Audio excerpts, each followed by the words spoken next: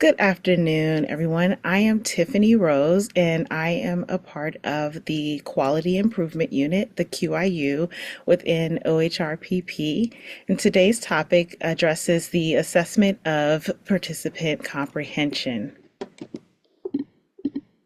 So, our goal for this session is to first address the challenge of participant comprehension, then discuss tools and best practices study teams can implement to assess participant comprehension. A study assessing the comprehension of oncology trials determined that only about 25 to 35% of potential participants correctly responded to a comprehension questionnaire about the study's interventions and potential risks, despite these individuals expressing confidence in their understanding of the study verbally. This trend in diminished comprehension is concerning, but it is not isolated to this one particular example. In general, numerous factors contribute to low rates of participant comprehension across all study types, including but not limited to the complex study designs that may be challenging to simplify in lay terms. It may also be increased regulatory requirements that may lengthen consent documents and sponsors' demands for the inclusion of specific language that may read like legalese. Participant comprehension is important not only for the retention of research participants, but it can also reduce potentially harmful safety events and improve participant engagement. Implementation of participant comprehension and assessment tools can be an effective method to determine whether participants can demonstrate their understanding of the research. In addition to comprehension tools, the timing of the consent conference can help improve participant comprehension. For example, consenting in the morning, if there's participants with early dementia, where they may have the earliest or the clearest frame of thinking. Timing can also mean requiring people with substance use disorder to be sober at the time of consent. We will later discuss practical tools to aid in participant comprehension, but first, let's discuss the importance of the informed consent process and how a lack of understanding may lead to potential problems. So informed consent is the primary tool for relaying information about the study to participants, and thus it can be the primary source for diminished participant comprehension. Remember that informed consent is a process that should begin before anyone consents to the research. Understanding the needs of each study population is a critical component of drafting the consent document and navigating the consent conference. There is no set standard consent language. However, federal regulations do require that information be provided to participants or their representatives in a language that is understandable to them. For example, late stage cancer patients may comprehend a discussion on disease progression, research alternatives, and risk associated with the study intervention better than a population with an acute disorder or a non-threatening disease or condition. Overall, the consent conference should flow like a conversation. The person obtaining informed consent should review portions of the consent document and pause to ask questions and answer any questions that the potential participant may have before moving on and eventually obtaining and documenting informed consent. So one of the reasons we felt that this topic was important to review is because as you know, the number for OHRPP is included in all the consent forms. It's on the consent templates. Therefore, we frequently field the calls and emails from potential present and past research participants who have questions about the research or complaints resulting from their misunderstandings of the research. Some of the most common questions the Quality Improvement Unit receive include, I didn't know I would not get the study drug. So this is an example of potential participants misunderstanding the randomization or stratification. So this can be, study teams can help improve this by describing this process a little more clearly. Another issue that we encounter is I thought only a little blood would be drawn. So sometimes the units of measurement included on the consent form may stem from a sponsor's template and it may not be relevant to the participants. So using units of measurements like teaspoons and tablespoons may be beneficial in helping participants understand the volume and understand what that looks like. Also, they may not understand what that looks like because the blood may be taken in vials, and they may not understand that 2 or 3 vials of blood may be taken from them. So helping them understand this is important. And then we also hear, why is it taking so long for me to get paid? This is clearly a misunderstanding about how compensation will be administered.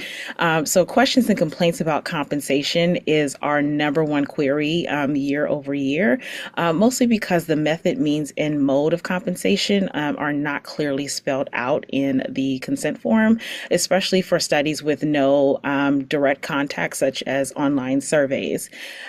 So it's helpful to explain when participants should receive their compensation, describe the form of compensation, whether it's a physical gift card, an electronic gift card, or it will be a check that will be mailed to them, or they'll receive information via email. However it is, these are some of the, these are not the full extent of the queries we get, but these are some of the common queries that our office receives.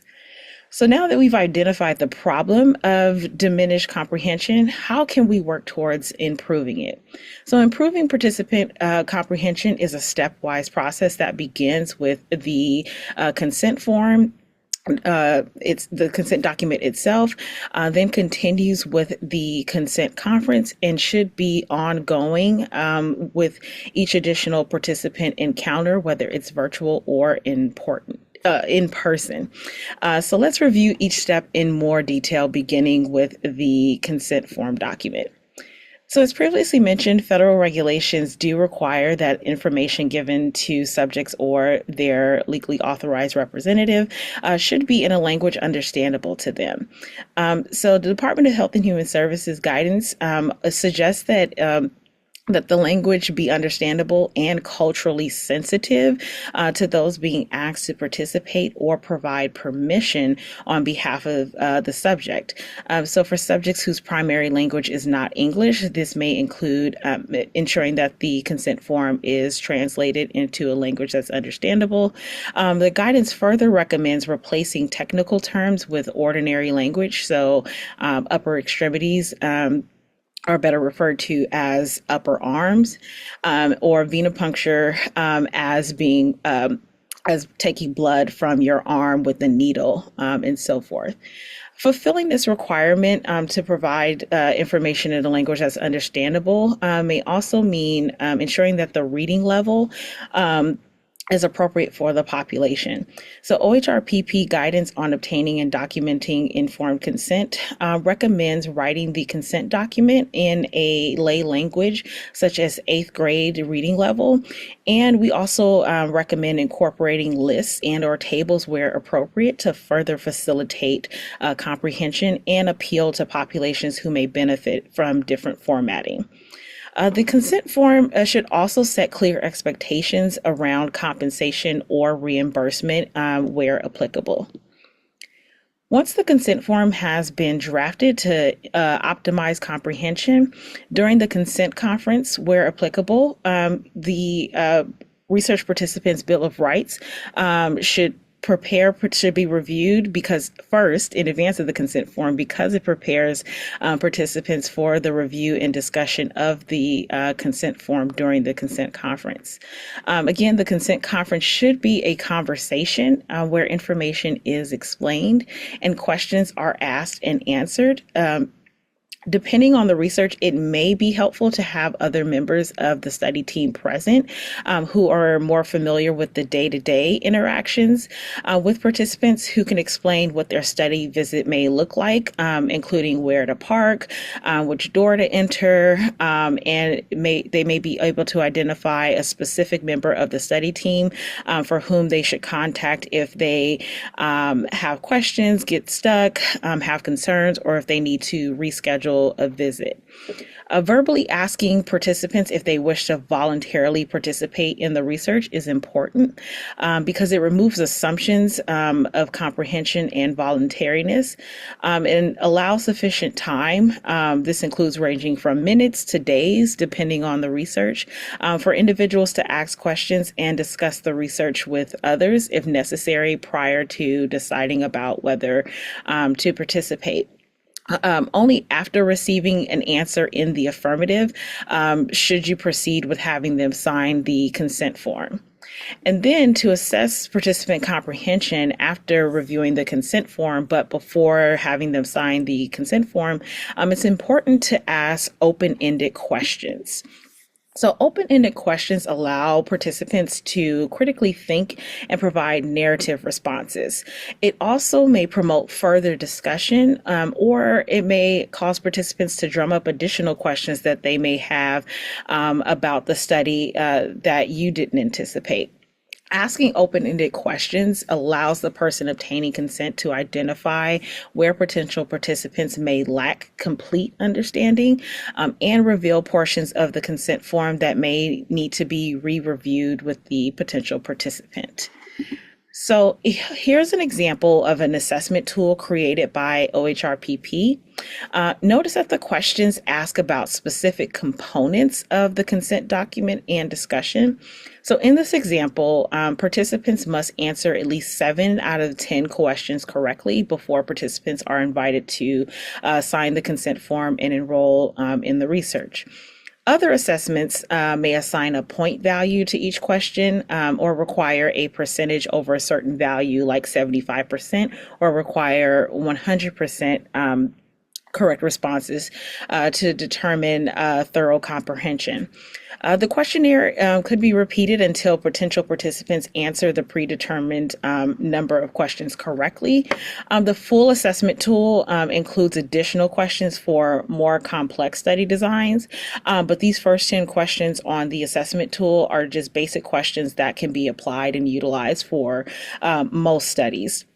Study teams can also adopt and modify the assessment questionnaire, such as this one, or create their own to help assess comprehension during the consent conference.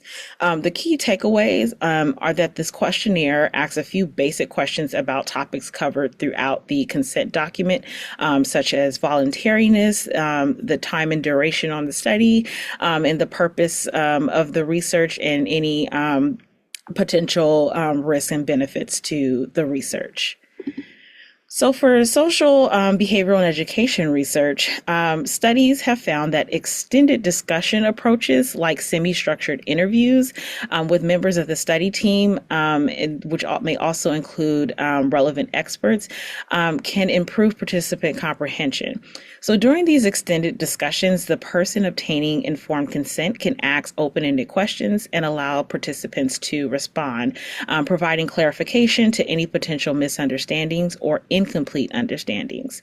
Instead of using an assessment questionnaire, the person obtaining consent is able to assess comprehension through the consent conversation. Questions can be rephrased or new questions can be asked and added to the conversation to better aid and assess comprehension. An alternative approach is the teach to goal method, which mimics the standard comprehension tool of asking open-ended questions about the research after informed consent document has been read to potential participants. Questions that are responded to incorrectly are then reassessed until comprehension is either reached or it is determined that the individuals lack the necessary comprehension to engage in the research.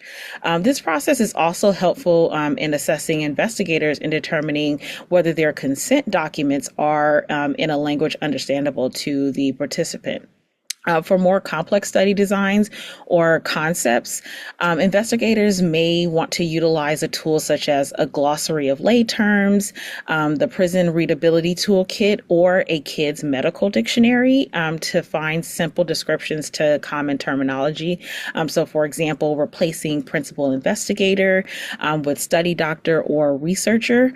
These resources that I just mentioned are included on the resources slide at the end of the presentation. In assessing comprehension, it's important to avoid asking closed-ended questions such as, do you understand what you are being asked to do? These types of closed-ended questions typically yield a yes or no response that does not allow participants to demonstrate their knowledge and understanding of the research, and it doesn't allow the study team to assess comprehension of complex procedures or to determine whether participants understand the potential risks to the research. So by having participants provide narrative responses by describing the potential risks or describing what they're being asked to do, more thoroughly allows the research team to see specifically where participants may be getting stuck or where the misunderstanding is occurring, as opposed to if you ask someone, do you understand? They may say yes, and then our office will receive the calls and say, I thought I was only going to have 3 visits and there's 10 visits. So try to avoid asking closed-ended questions during the consent conference. After participants have consented to the research, they should be continuously assessed throughout their time in the research. So this includes reminding them of the procedures that they are set to complete before each study visit. You can confirm their understanding about what they're being asked to undergo during each visit and reassess their willingness to continue with these procedures. So study teams should buffer in time to allow for the reassessment and confirming participants' willingness to continue on with the research. Providing potential participants with a business card and or highlighting on their copy of the consent form the direct contact information for the study team we have found to be very useful.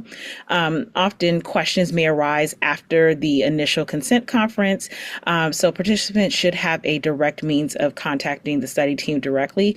Oftentimes our office receives the calls because sometimes we are the only phone number provided on the list, or participants miss the section directly above where our information is included, and they contact us directly.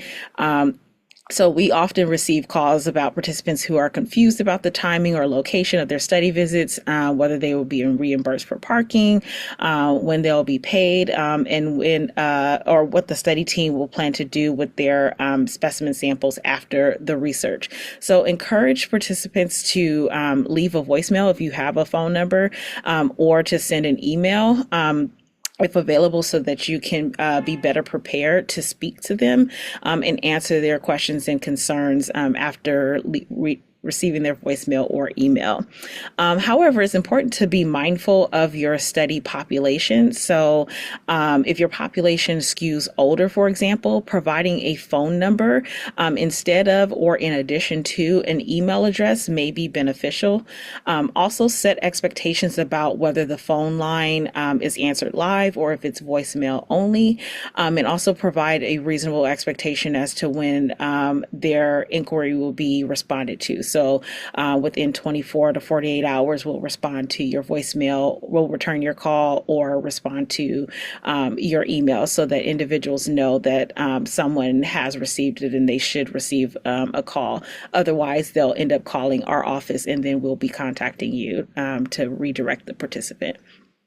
So we do try to redirect those calls, but by providing them with a direct phone number, whether it's a business card or highlighting that section on the consent form, is the best practice for helping individuals recall whom to contact if they have questions.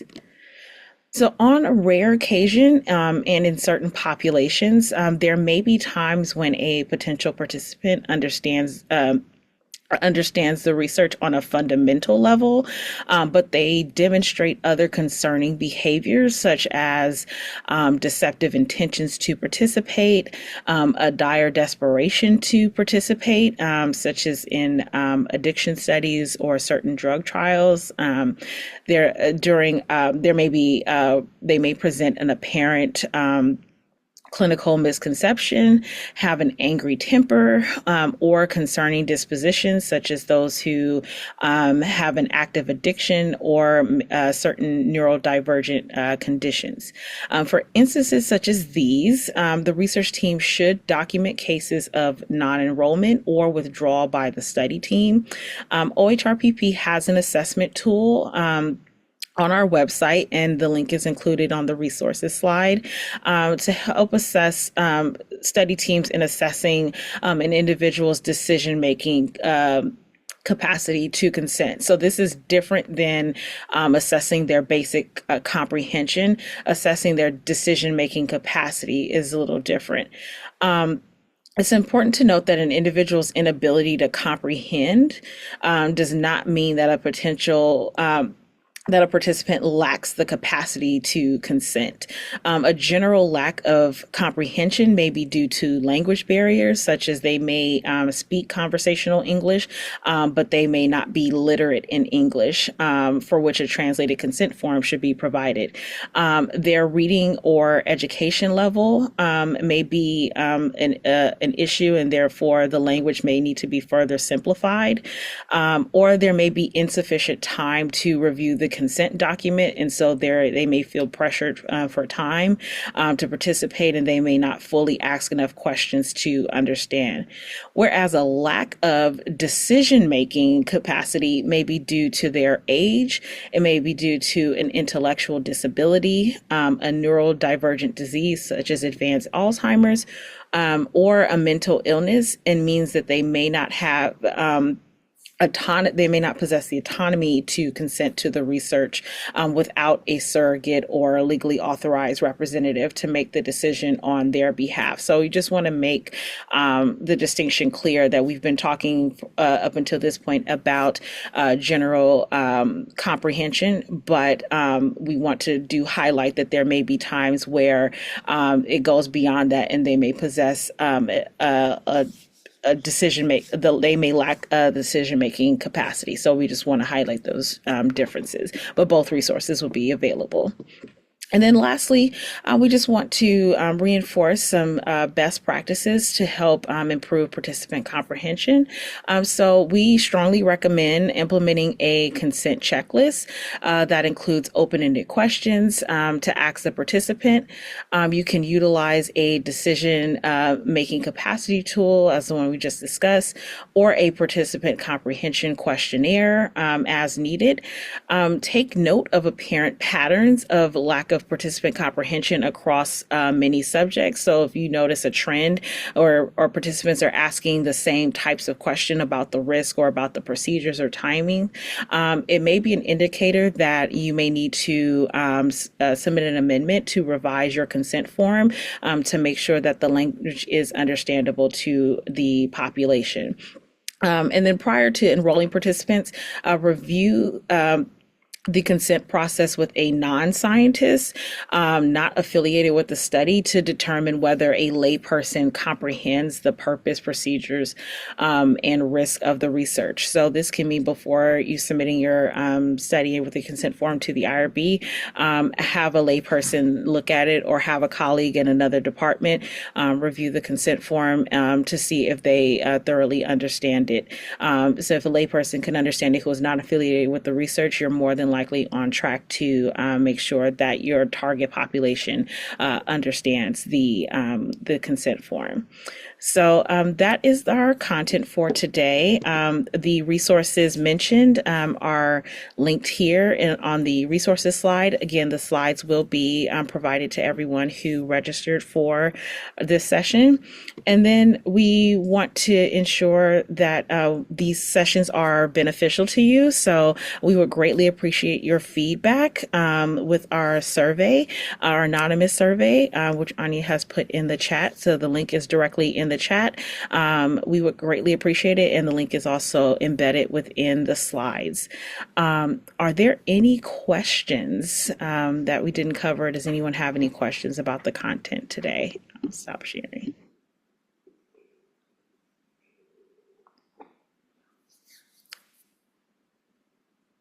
All right. Well, no questions. I hope that means that the content and the information presented to you was relevant to you all. And with that, we will end if no one has any questions. So thank you again for your time.